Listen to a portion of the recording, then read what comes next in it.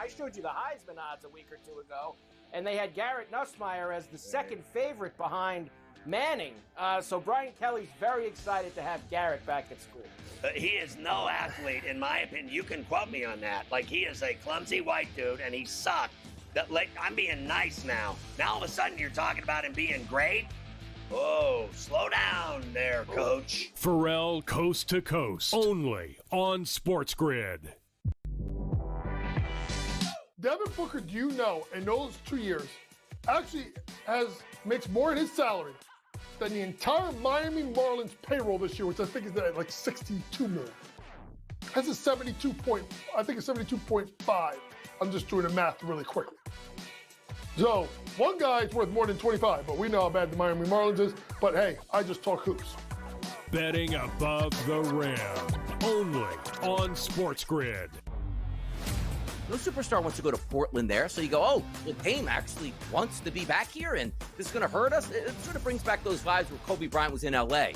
Great basketball player, horrendous basketball team, but maybe he could sell a couple extra seats and be a star in the building. That's Dame. And also from a perspective of what Dame wants, Dame just doesn't care about championships, and that's okay. Like, he makes a lot of money. He can do that and continue to lose in Portland. Can have it both ways, I guess. The Early Line, only on SportsGrid. Really would love to know what Jawan Jennings is after. If I were San Francisco, I'd hate to lose him. Not that I think he's ever going to be their best receiver on this football team, but you have a lot of question marks, right? We don't know how good Ricky Pearsall is yet. We are asking, like, if Ayuk comes back and is healthy, if McCaffrey can be healthy, all these things. So why not just take the thing that you know works and just keep it? Game time decisions, only on SportsGrid.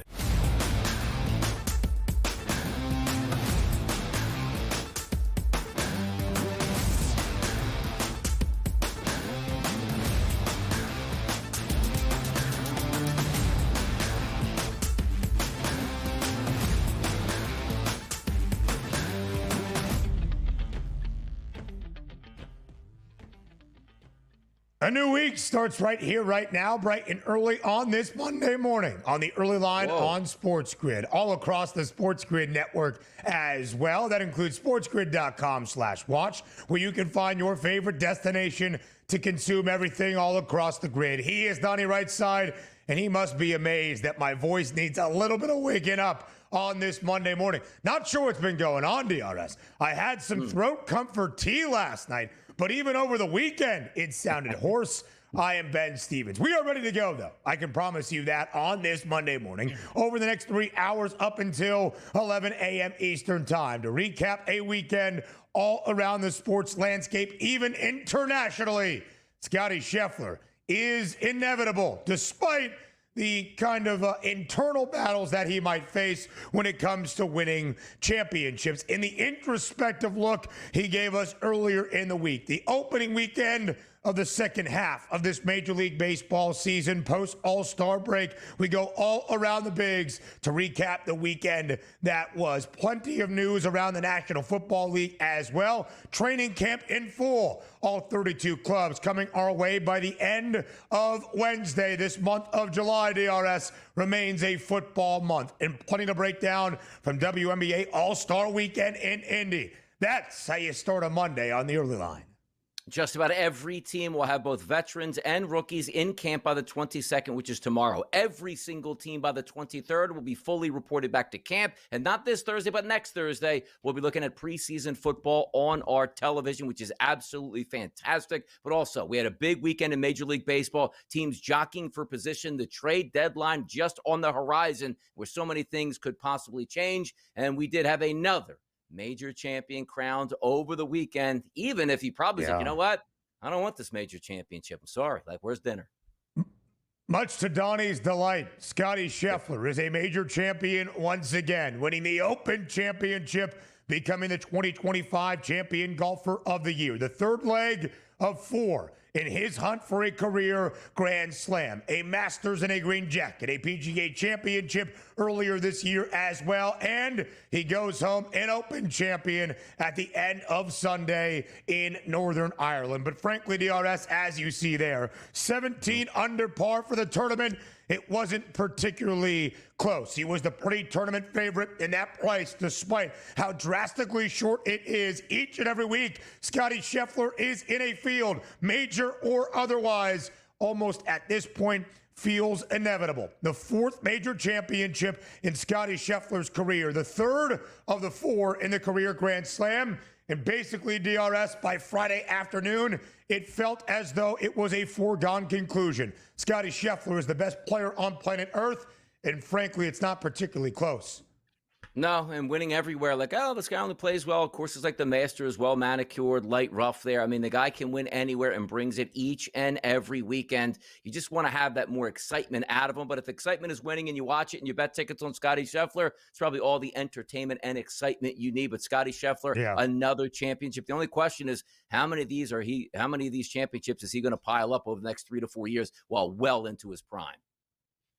He said those euphoric moments are rather fleeting, but if you work for those euphoric moments, you had that on the 18th green yesterday at Royal Portrush. His son Bennett running on to the turf. Bennett probably thinks winning championships and silver trophies is the standard. That is what his father has done. We'll put Scottie Scheffler's victory at the Open in context in just a moment. Opening weekend DRS of Major League Baseball after the All-Star break. The second half beginning, but as we have shared numerous times, much more than the second half. Some teams already playing 100 of 162 games at weekend's close. In a statement made post-break, the Milwaukee Brewers have now won 10 consecutive games. They were on a 7-game winning streak entering the All-Star break, including a sweep of the Dodgers in the final week of action ahead of the break. How about a sweep of the Dodgers right after the break as well? This one on the road at Chavez Ravine. The Brew Crew now tied atop the National League Central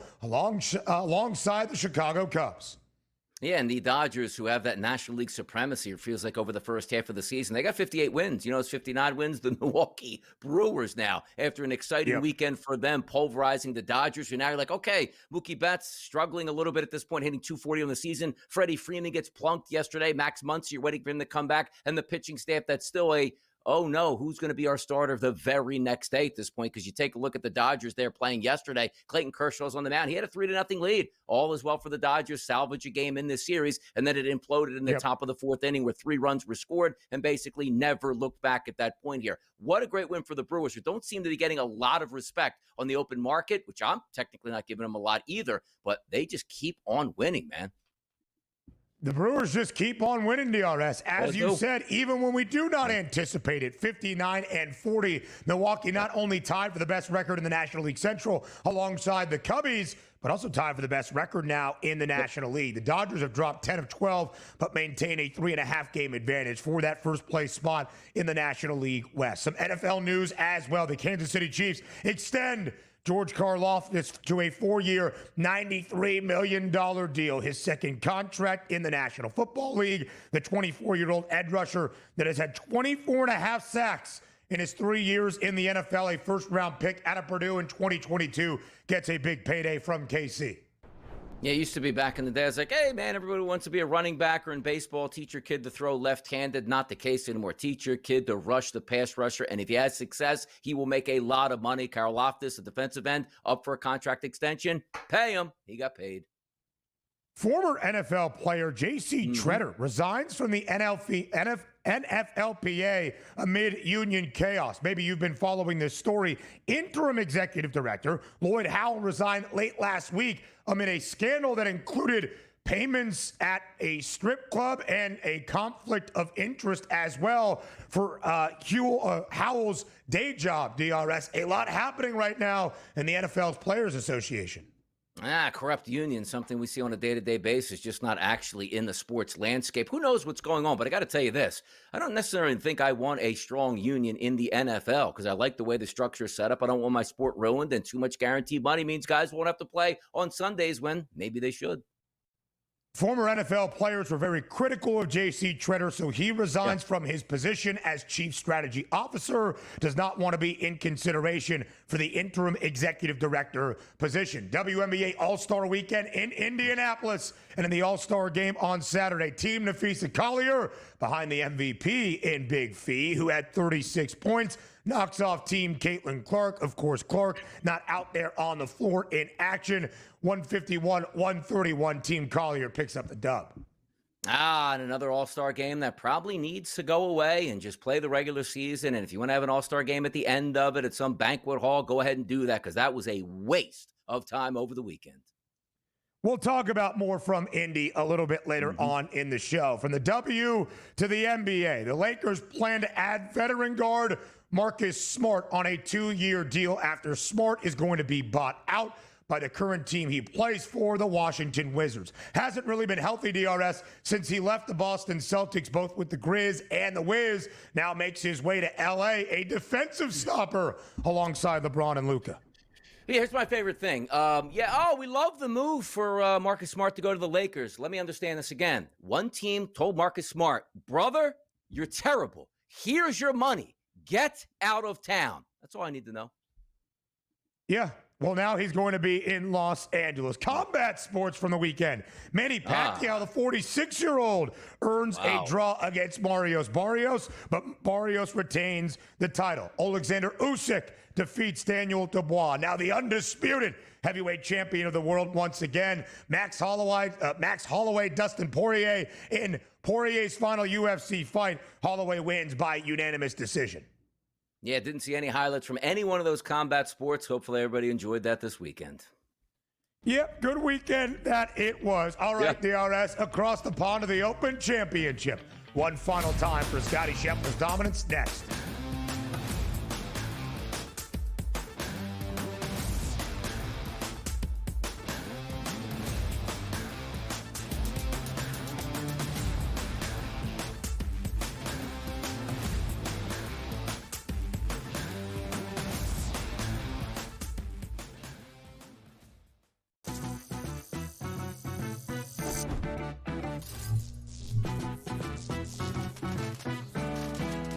Want to play roulette? Here's a tip. European roulette has a lower house edge than American style. The lower the house edge, the better shot you have at winning. Most online casinos offer European roulette. So, if I were you, I'd get spinning. Now, go get lucky. See you in Las Vegas. Let's get lucky. The two guys that can do it all. Too much electricity this morning. This is a good time. We're having a lot of fun. I had to do a triple take. Ka-ching! Why? Because of parity. I didn't mean to offend. Yeah, it's not going to happen. Load management is a dirty word. Let him rip. You know what?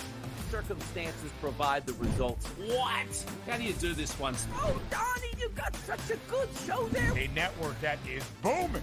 The Early Line, only on SportsGrid. The game is on. The stakes are high. But the action isn't just on the field. He's rearranging that ring. Get it inside! SportsGrid's in-game live.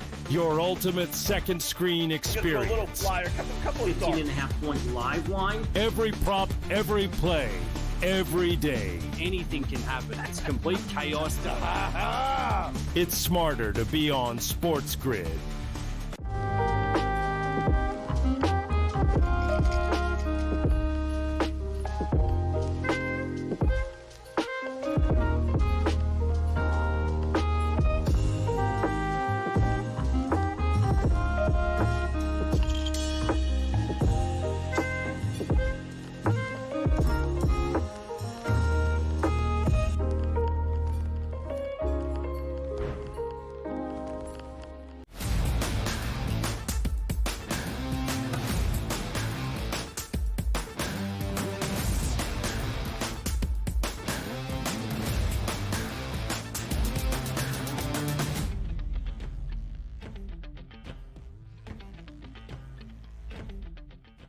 Inevitability, comparisons to Tiger Woods in major championships. That is the Scottie Scheffler story once again. The fourth major win in his career.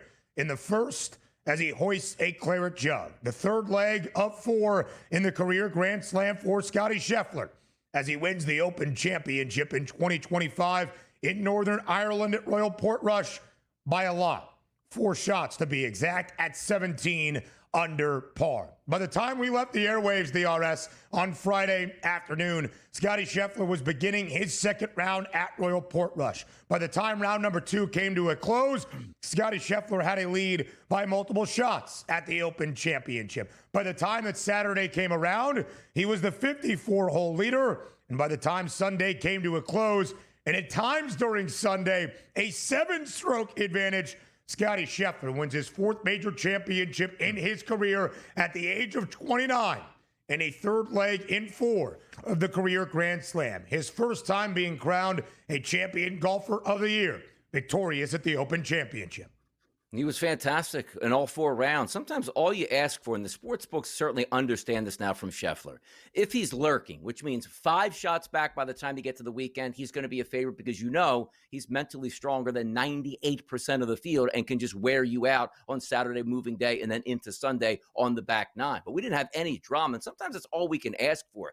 Dominance is usually great for professional sports. You go back in the years, it was like, all right, well, Michael Jordan and the Bulls, well, they smashed everybody in the 90s, but we all watched. Every single time they got to the finals, you probably knew the Bulls were going to win, but we still watched because we like the dominance. The Dallas Cowboys in the 1990s. Why are they America's team? Well, you know, a quarter of the country loves the Cowboys. 75% of the country hates the Cowboys. But you know what? We all watch the Cowboys and that dominance. Me being a Philadelphia Eagles fan, a Super Bowl for the Eagles in the 90s was knocking the Cowboys off one time every year, and maybe it'd be a big game like, yeah, beat them. But, oh, no. Cowboys ended up winning the Super Bowl because we love to go up after the villains and the superstar athletes. Here's what we have with Scottie Scheffler, one of the most dominant athletes that we've seen over the past 15 years in golf, and he's absolutely tearing it up. But the problem for us is, what can we grasp onto? Like we talked about last week with Scottie Scheffler. Hey, you know what? I'm a professional, and, you know, winning is fleeting at times, and it's just like, hey, I won, but on to the next tournament. I don't really get to enjoy it, but here I am as a millionaire. It's all fine and good. We just like those superstars to be either villains or tell you,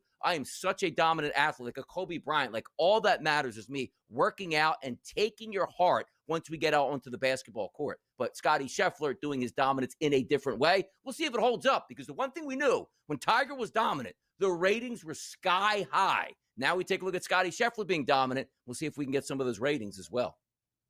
Yeah, part of it, DRS, is his dominance and just him absolutely lapping the field. We had a 7-shot advantage for Scottie Scheffler as he was about to make the turn on Sunday. There wasn't much drama, and it did not feel as though there was going to be any drama during the final round at Royal Portrush. Why? Because Scottie Scheffler has now won 11 consecutive tournaments when he has held that 54-hole lead at the end of 3 rounds. From a betting perspective, is there drama or even value? Donnie, every time that Scheffler is in a field, major championship or regular PGA Tour event, we ask Keith Stewart, variety of guests, ourselves, is there value on the price that is so drastically short on Scottie?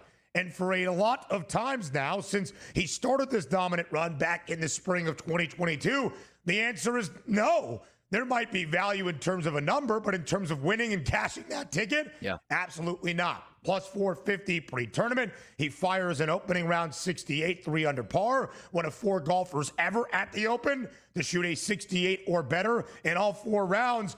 And plus 450 by the time we got to Saturday was minus 300. That might be value on Scheffler himself. But, Donnie, we are now talking about dominance. And you mentioned the man right there that is the natural comparison, because it was dominance on a level we had never seen in the world of golf. That being Eldrick Tiger Woods. Scottie Scheffler wins his 4th major championship. He is one of 4 golfers prior to the age of 30 years old to capture a Masters in the modern major era, which dates back to 1934. One of 4 golfers to capture a green jacket at the Masters, a PGA and Open championship prior to the age of 30.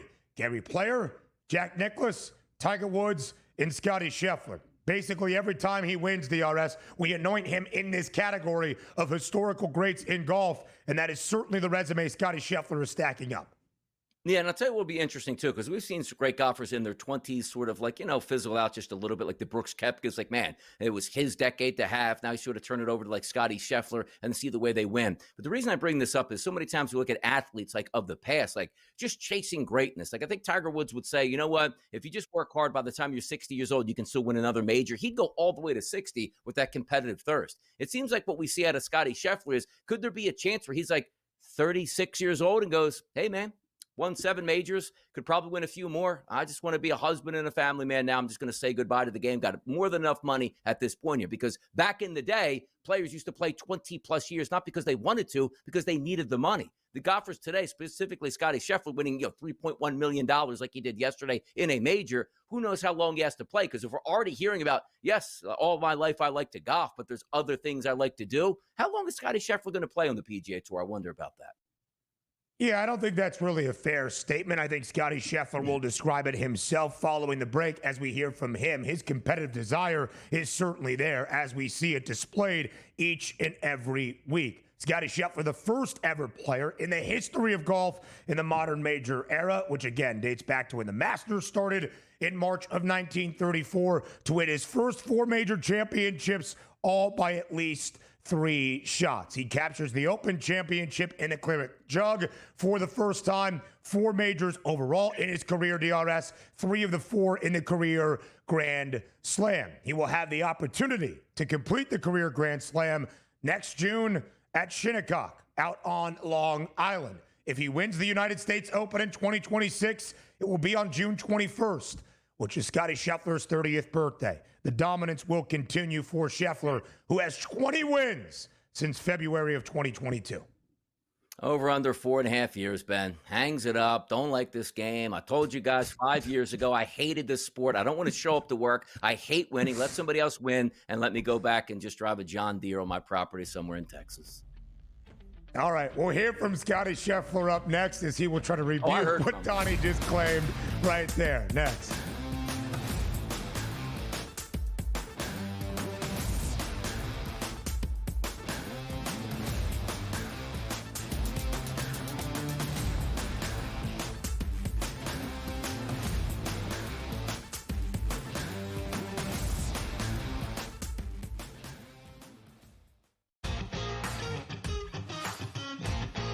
Against him, I'm not surprised that he had no back down in his game, because he is a player that plays with confidence and swag, and it was really cool to see him get the job done, and the emotion at the 18th green with the interview with Amanda, especially for like a really kind of like, Jersey boy. Tough Good to Jersey see a little guy emotion with the gold necklace. You're like, oh, what's going on here? Yeah, sure. that was super cool. The Smiley Show, only on SportsGrid. Our ability to defend, shoot the 3, rebound, pass the ball, and on a team that is awful. Right now, trending to get the #1 overall pick if they win the WNBA lottery. Possibly to draft her buddy AZ Fudd, maybe. But when you look at Paige Beckers is a top 10 player in the WNBA. Betting above the rim, only on SportsGrid. Seiya Suzuki and Pete Crow Armstrong, this is the first time the Cubs have ever had 2 players reach 25 home runs before the team's 95th game. I thought that was a stunningly odd statistic that you would have just thought, well, the Cubs, storied franchise, all these big superstars that they've had, and even superstar tandems, they've never been this good, and they continue to be that, man. They are just continuing to hammer the baseball. Pete Crow Armstrong, what an incredible trade that's worked out to be for the Chicago Cubs. Fantasy sports today, only on SportsGrid. Shohei Ohtani can do something that nobody else in Major League Baseball can do. That means being maybe one of, if not the top 5 best hitters in baseball, and then go on the mound and throw some gems out here. Like, he threw 9 innings so far in his season, which isn't a lot, but that ERA is at 1. Are we saying that once he gets to 5 and 6 innings, that ERA is going to stay at 1? No, it isn't. But if it does, my goodness. I mean, just hand him the Cy Young on top of it as well. It's cheating. The Early Line, only on SportsGrid.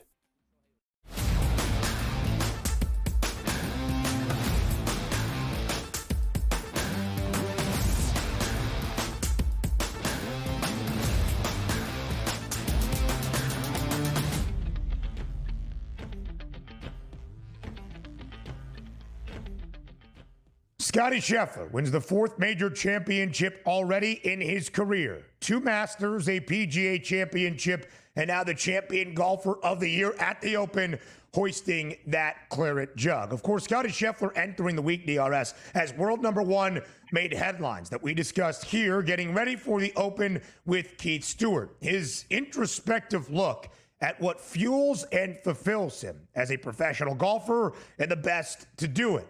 Let's hear from Scottie Scheffler at the end of winning the claret jug for the first time in his career in dominant fashion. Yeah, I mean, I think we live now in a day and age of where, clickbait is kind of what people look for, and you can shorten a 5-minute clip into, 3 words. I think really underestimates what I was trying to communicate.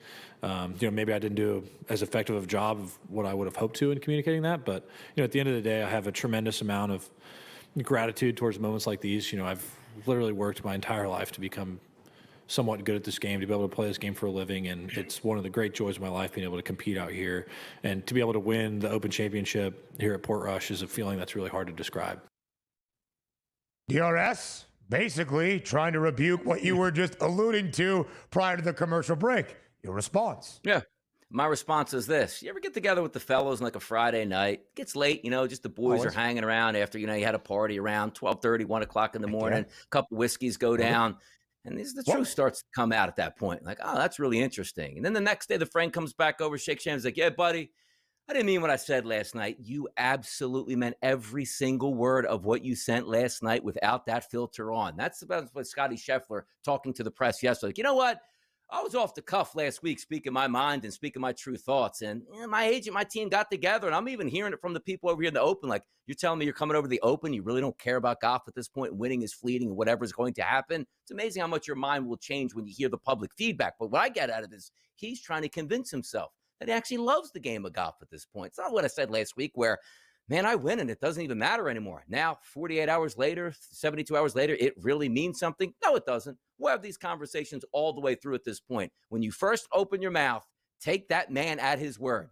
Don't have him at a press conference after he won going like, boy, I better nip this in the bud because this ain't a great look for golf where I hate my job and I'm winning all these championships. Pretty this sooner than later, maybe the fans turn on me at that point to say, hey, everything's happy and fine. No, it's not. I believe you at your first word. And your first word was, man, I don't know if I like the sport too much. That's what I got out of this week. So DRS basically saying drunk words are sober thoughts, or post-claret jug words are pre-tournament thoughts, whatever that might be. Now, listen, I don't think the idea of clickbait is fair. Even the clip that we shared here in discussion with Keith on Wednesday pre-Open Championship, we played for about 1.5 minutes. But I did listen to all 5+ minutes of Scottie Scheffler's answer because I think transparency and honesty in the interview standpoint of a dominant athlete is fascinating. We ask our athletes to not give us coach speak and to truly tell us what is going on in their minds, what is circling the wagons as they get ready to contend for the biggest stages in a sport. And I thought Scottie's introspective answer was fascinating because, one, it just details who Scottie Scheffler is. He is a fiery competitor, but he's not Tiger Woods. He's an absolute champion, but he's not Kobe Bryant in the way that he approaches his maniacal sense of self on a golf course.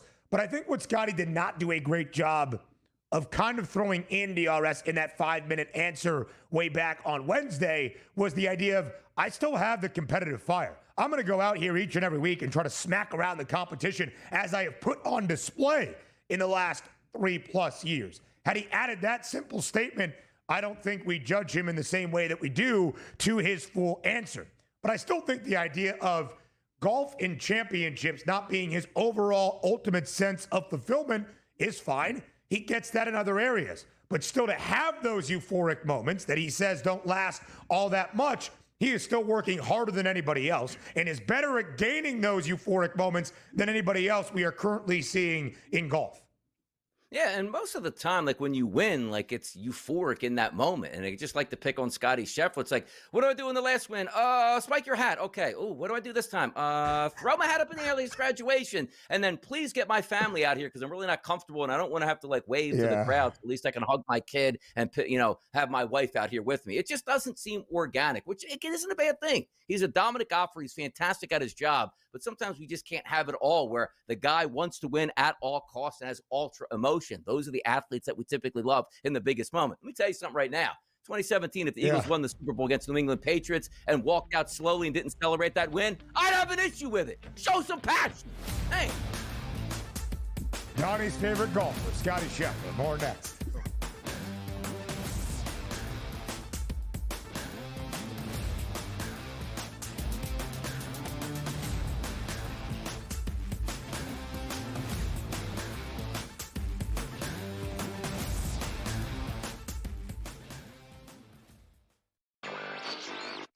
Online casino expansion in the U.S. is extremely slow, a lot slower than I think we all would have thought, 5 years ago as sports betting took off. But you're going to start to see, I think, next year, a few more states kind of trickle into this.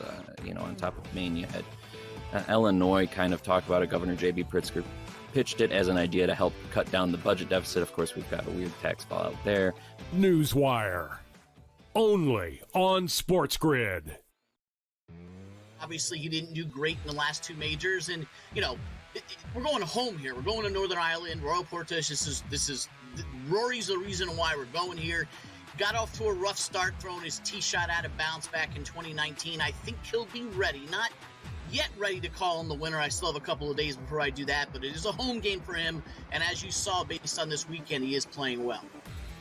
In-game live, only on SportsGrid.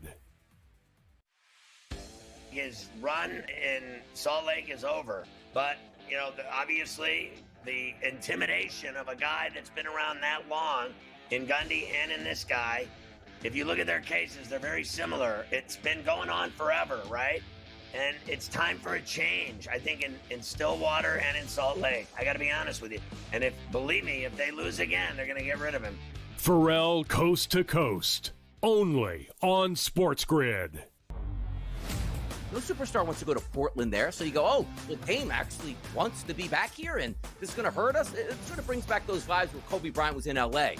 Great basketball player, horrendous basketball team, but maybe he could sell a couple extra seats and be a star in the building. That's Dame. And also from a perspective of what Dame wants, Dame just doesn't care about championships, and that's okay. Like, he makes a lot of money. He can do that and continue to lose in Portland. Can have it both ways, I guess. The Early Line, only on SportsGrid.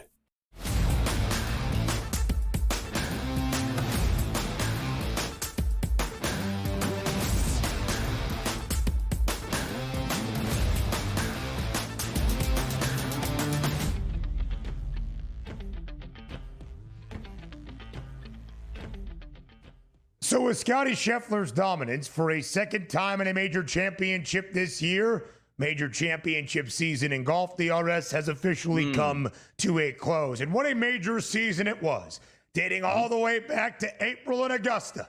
Rory McIlroy, in a playoff over Justin Rose, completes the career Grand Slam after an 11-year drought.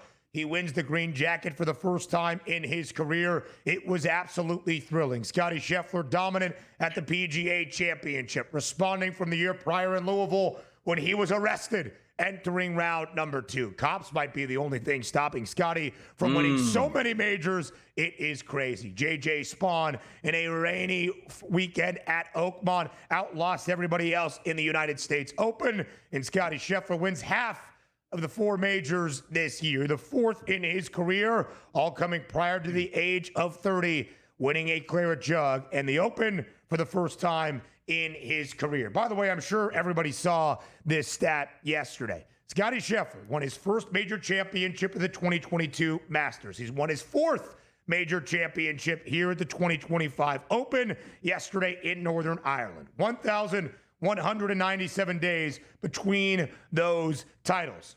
Same exact amount of time for Tiger Woods, who won his first major championship of the 1997 Masters, won his 4th major championship at the 2000 Open. Time in between, 1,197 197 days. The comparisons are there, DRS, between Scottie and Tiger. Even if Scheffler said post-tournament yesterday, I still got to earn a lot before you can really put me in the same sentence as the big cat.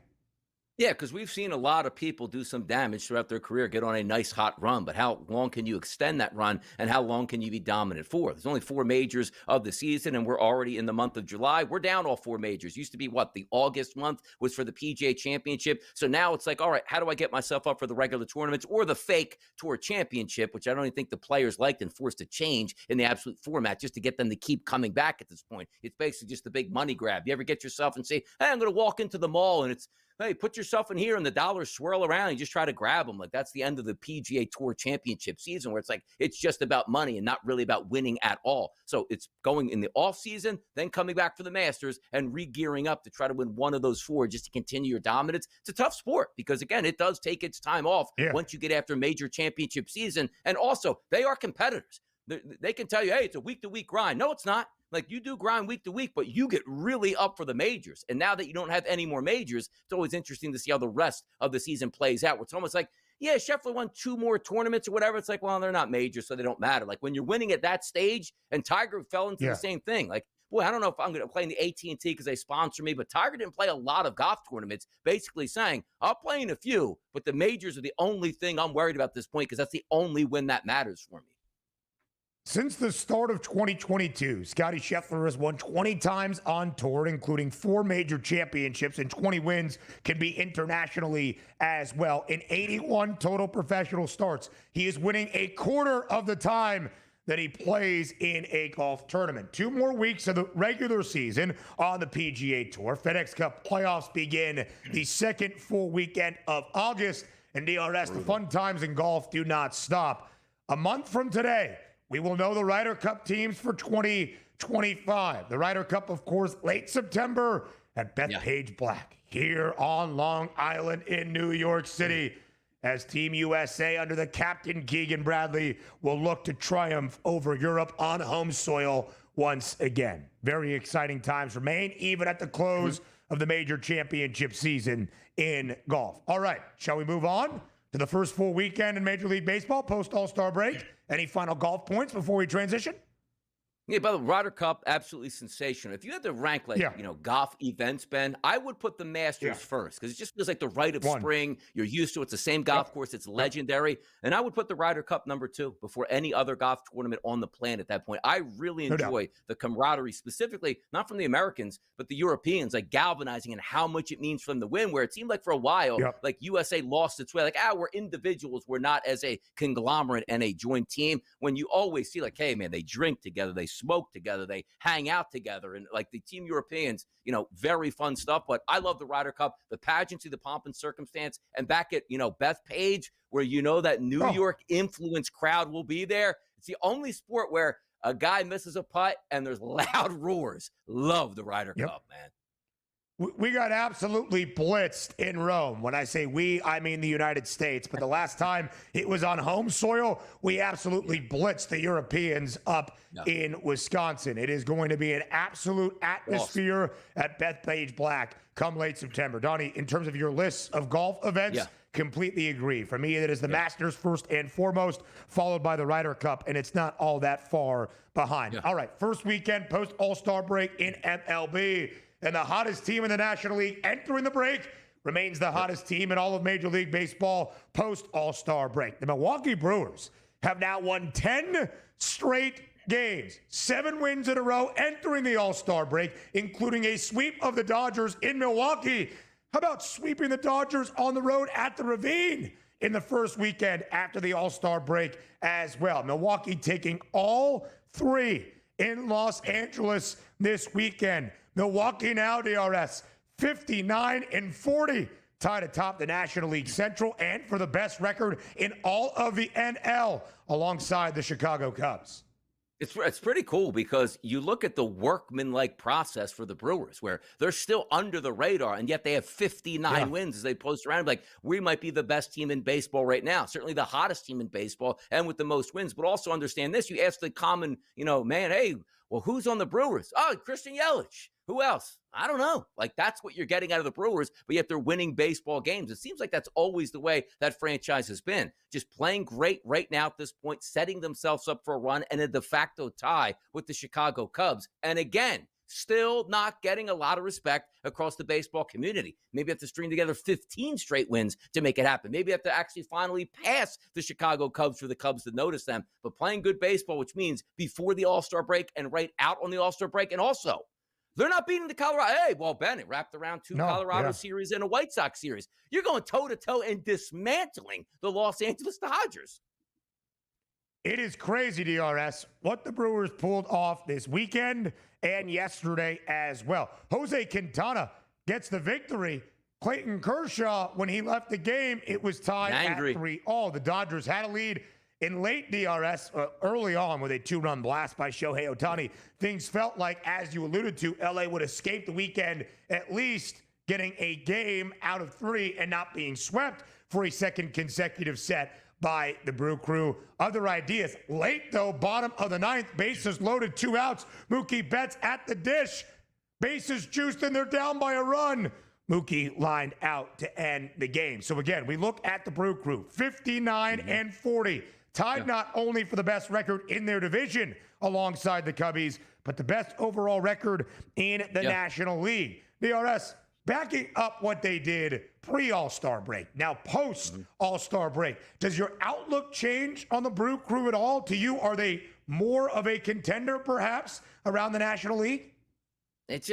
They just don't feel like a contender. And I know it's harsh to say, but baseball is a long season of ebbs and flows. They're riding the crest right now. It's going to be a time where they have a tough landscape out there, lose 5 of 6 games, which might be coming. We don't know. But I just look at them and say, all right, top end of the rotation, can they compete with the Philadelphia Phillies or the Dodgers? Well, Donnie, they just smoked the Dodgers. I get that. But things are viewed from a different lens once you get to the playoffs, when all of your team is ready to go. You have one singular focus and your best players are completely healthy. I'm not knocking the Milwaukee Brewers. They're probably going to make the playoffs. They're competent enough to do that. But do I look at them in the pantheon of, yes, they can knock down the top tier teams we've been talking about in Major League Baseball, Ben, for the, basically the entire season and what we will do in August and September? I don't know. I'm sort of in that holding pattern on the Brewers, and I like what I do see, though. The Cubs were a -290 favorite with only a game lead in front of Milwaukee at the All-Star break. Now tied atop, Chicago remains a -220 favorite. That 10-1 price on the Brew Crew to win the NL, 5th best. More Bigs baseball next.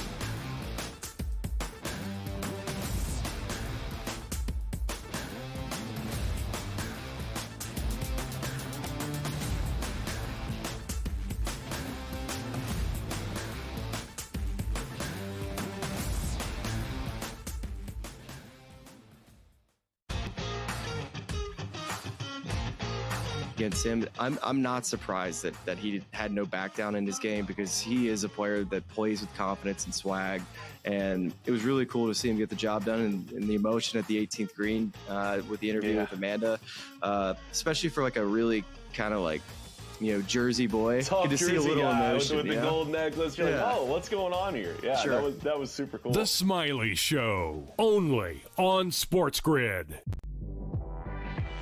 Our ability to defend, shoot the 3, rebound, pass the ball, and on a team that is awful. Right now, training to get the #1 overall pick if they win the WNBA lottery. Possibly to draft her buddy AZ Fudd, maybe. But when you look at Paige Beckers is a top 10 player in the WNBA. Betting above the rim, only on SportsGrid. Seiya Suzuki and Pete Crow Armstrong, this is the first time the Cubs have ever had 2 players reach 25 home runs before the team's 95th game. I thought that was a stunningly odd statistic that you would have just thought, well, the Cubs, storied franchise, all these big superstars that they've had, and even superstar tandems, they've never been this good, and they continue to be that, man. They are just continuing to hammer the baseball. Pete Crow Armstrong, what an incredible trade that's worked out to be for the Chicago Cubs. Fantasy sports today, only on SportsGrid. Shohei Ohtani can do something that nobody else in Major League Baseball can do. That means being maybe one of, if not the top 5 best hitters in baseball, and then go on the mound and throw some gems out here. Like, he threw 9 innings so far in his season, which isn't a lot, but that ERA is at 1.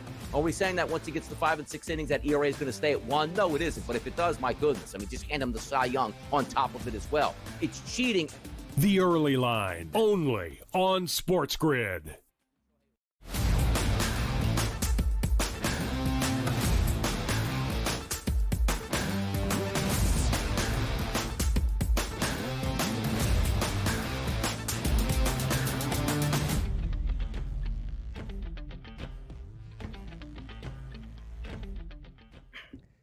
The first weekend post-All-Star break in Major League Baseball. We talked about the Brewers winning all 3 at the Ravine against the LA Dodgers. A critical weekend DRS in Seattle between the Mariners and the Astros, battling for position for both in the American League West, of course, as divisional foes, and for Seattle in wild card spots around the American League. The M's took the opening 2 games on Friday and Saturday. The Astros avoid the sweep on the road yesterday, pasting the M's 11-3.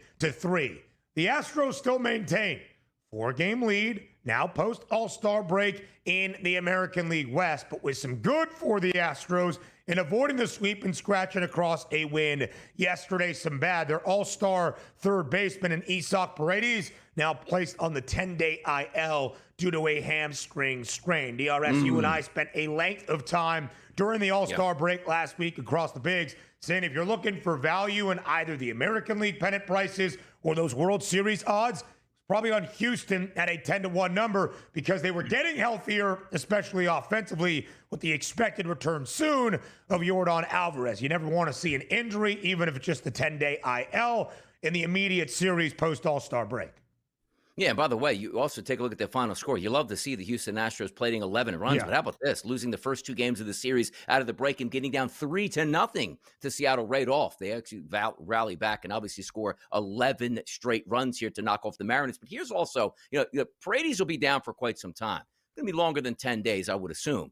Need Alvarez back in that lineup, but also Hunter Brown, that 1-2 punch with Framber Valdez, and I talked about getting Christian Javier back, hopefully sooner than later. That's 3 straight bad starts for Hunter Brown, which was the ERA leader in Major League Baseball, not just a few short weeks ago, meaning just before the All-Star break. Hopefully he can get that in gear. So even when your ace doesn't have it in a game, he must be the stopper. It's nice that your offense bailed you out, so you at least could salvage one of those games. Because I'll tell you right now, you don't want to come out of the break with a team that's the Seattle Mariners, who you can absolutely bury, but you can give them life by getting swept. So at least the Houston Astros pulled that final game out and can steer clear 4 games ahead of the Mariners as they get out of town.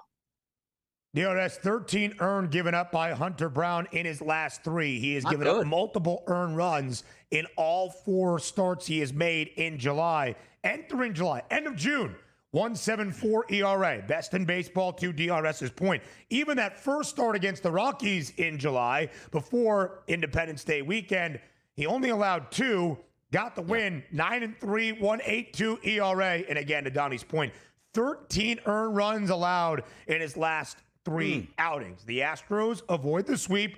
They win in the finale in Seattle, still maintaining a 4-game advantage atop the American League West. -240, the price on Houston to win the divisional crown. Still a lengthy lead. The Rangers, DRS, winning the weekend. They're now in an even 500, a team you picked with a long shot price of +330 to make a run to the American League postseason. A team that I said, because the offense was spiking in July for Texas, to keep an eye on here post All-Star break. Good weekend for the Rangers as well.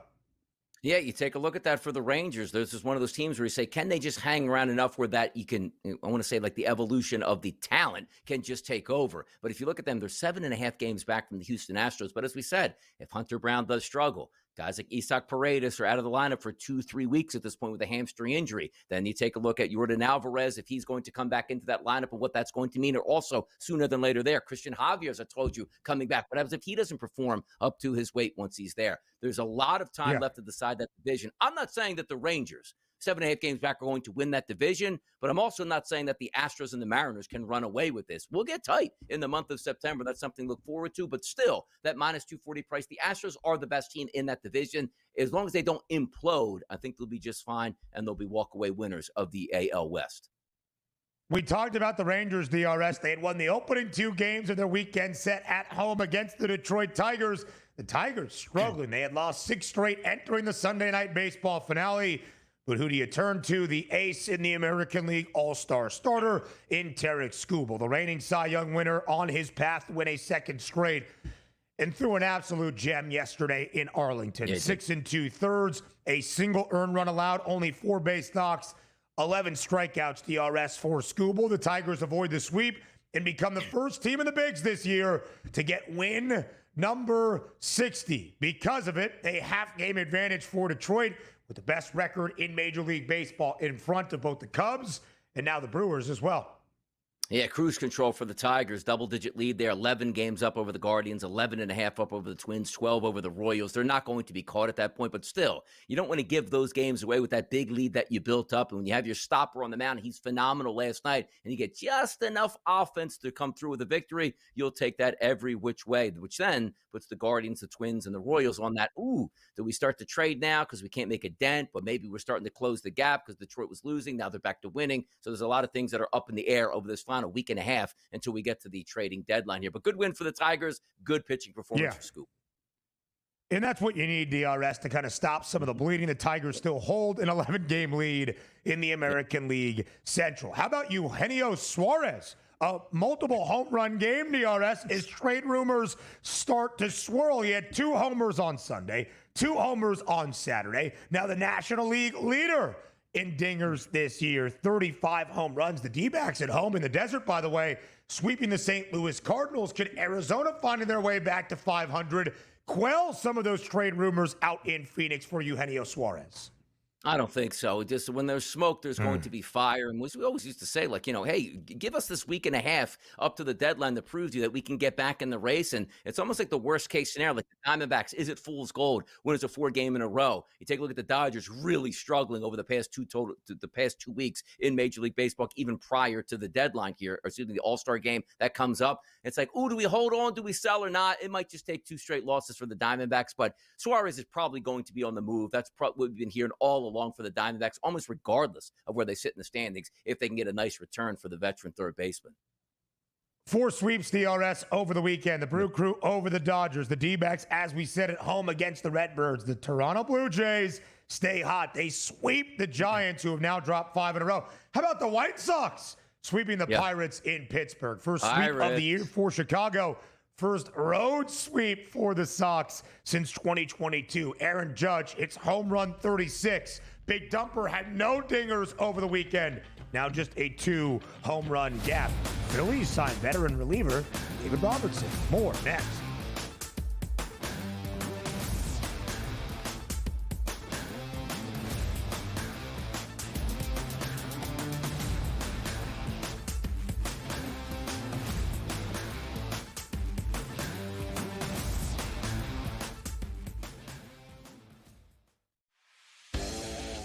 I showed you the Heisman odds a week or 2 ago, and they had Garrett Nussmeier as the second favorite behind Manning. So Brian Kelly's very excited to have Garrett back at school. He is no athlete, in my opinion. You can quote me on that. Like, he is a clumsy white dude, and he sucked. I'm being nice now. Now all of a sudden you're talking about him being great? Oh, slow down there, coach. Pharrell Coast to Coast, only on SportsGrid. Devin Booker, do you know, in those 2 years, actually makes more in his salary than the entire Miami Marlins payroll this year, which I think is at like $62 million. That's a 72.5. I'm just doing the math really quickly. So one guy's worth more than 25, but we know how bad the Miami Marlins is. But hey, I just talk hoops. Betting above the rim, only on SportsGrid. No superstar wants to go to Portland there, so you go, well, Dame actually wants to be back here, and this is going to hurt us. It sort of brings back those vibes where Kobe Bryant was in L.A. Great basketball player, horrendous basketball team, but maybe he could sell a couple extra seats and be a star in the building. That's Dame. And also from the perspective of what Dame wants, Dame just doesn't care about championships, and that's okay. Like, he makes a lot of money. He can do that and continue to lose in Portland. Can have it both ways, I guess. The Early Line, only on SportsGrid. Really would love to know what Jawan Jennings is after.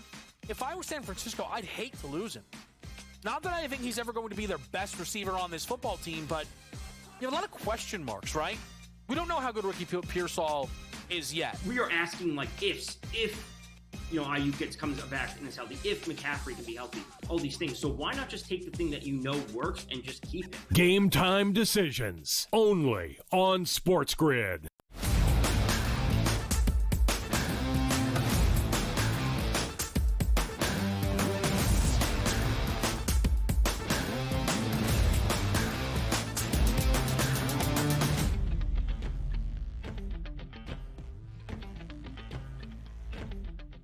DRS, before we get to WNBA All-Star Weekend in Indianapolis, final MLB headline. David Robertson, the veteran reliever, signing with your Phils, who, of course, have needed some bullpen help this year in the 80-game suspension to Jose Alvarado, who is going to miss the entirety of the postseason. Not based on the 80 games and the logistics, just based on what the suspension calls for. You fired up to get the 40-year-old who has spent 16 years in the bigs? Yeah, who was with the Philadelphia Phillies previously as well. They just need help in the back end of that bullpen. He should be able to do that. And Alvarado, as you said, won't be there for the playoffs, but he's coming back mid-August, so at least he can help for the playoff run. And it was a pretty good closer and certainly can be one of those hammers in the back end that you can use where you're not going to make him your closer back because you got to get ready for the postseason at that point here. But we're being honest about the Philadelphia Phillies. It's a shame that I look across Major League Baseball and say, yeah, there's a couple teams that can win the World Series, and they are one of those. Like, I almost wish like the Mets would hit the gas pedal and win 15 games in a row, or the Braves would win 15 games in a row. So the Phillies wouldn't just be like, hey, you know what's cool? Like, they're under 500 for like the past, I think, 40 days in Major League Baseball, but nobody's deciding to pass them or make a charge at them. So the front office like, this hopefully will work out. It's a flawed lineup for the Philadelphia Phillies that might waste one of the best starting pitching lineups that we've seen over the past 20 years. Because why?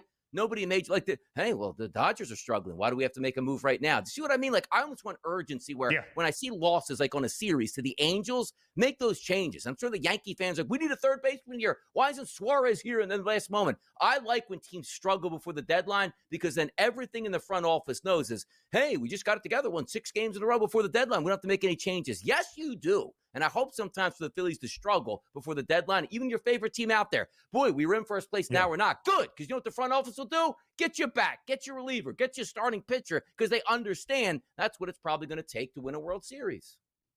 Half-game lead for the Phils still in the first weekend post-MLB All-Star break. They did lose the weekend against the Angels, as DRS said. The Mets won yesterday, avoiding a sweep against the Reds. That's why it's still a half-game lead. To Donnie's point, 36-22, the record for Philadelphia at the end of May. Since the start of June, 20-21. So, yes, slightly below 500 now. All right, All-Star Weekend in Indianapolis. A big weekend, DRS, in the sport in the WNBA. Of course, we did know that Caitlin Clark was not going to participate in any of the festivities on the floor. That included the three-point contest or the All-Star game, despite being a captain.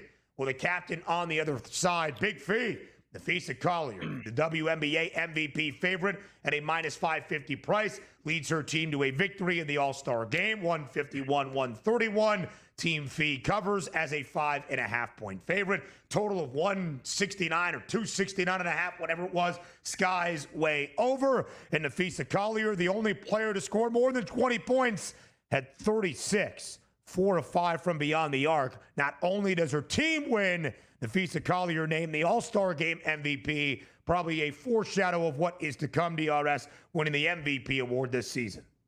Yeah, the whole week stunk. So let's get to the good stuff here. Forget about the on-court play, which was an absolute travesty if you're watching. Maybe even worse than the NBA All-Star game was played out. No defense, 4-point shots, a complete calamity without your biggest star out there on the court. And then also the motives of pay us what you owe us when the league loses money. We'll separate that for the time being right now. But let's be honest when we look at the WNBA All-Star game and what it means. You know, sometimes, Ben, you look at too much too soon. Like, hey, man, I won the lottery at 18 years old. I blew it all by 21 years because I just didn't know how to manage money or do what I could. Or a superstar that rises to the occasion early in his career at 18 or 19 is like, I had the world by the you-know-what, and I just go out here and say, I don't have to work hard anymore. And, boy, he was out of the league by 22. What a bright star that burned out quickly. Like, too much too soon. The WNBA has been around for a long time.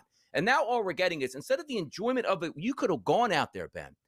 You don't have to play it like Game 7.